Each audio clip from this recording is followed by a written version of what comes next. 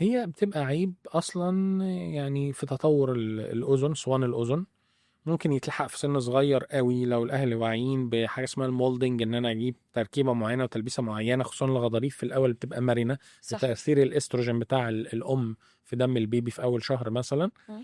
لكن بعد كده كل ما عدى الوقت ده لازم يكون تصحيح جراحي، وافضل وقت نصححه لو الحاله صعبه وكبيره عند سن المدرسه عشان التنمر والكلام ده كله.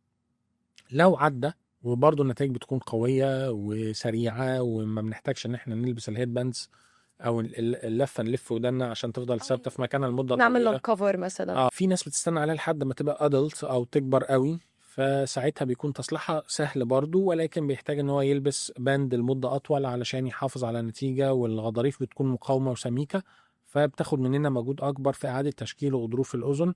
عملية سهلة جدا بسيطة، خصوصا لو بتتم مع طفل متعاون في سن كبير شوية، مهم. ممكن بتخدير موضعي، وعملية من العمليات اللذيذة جدا يعني.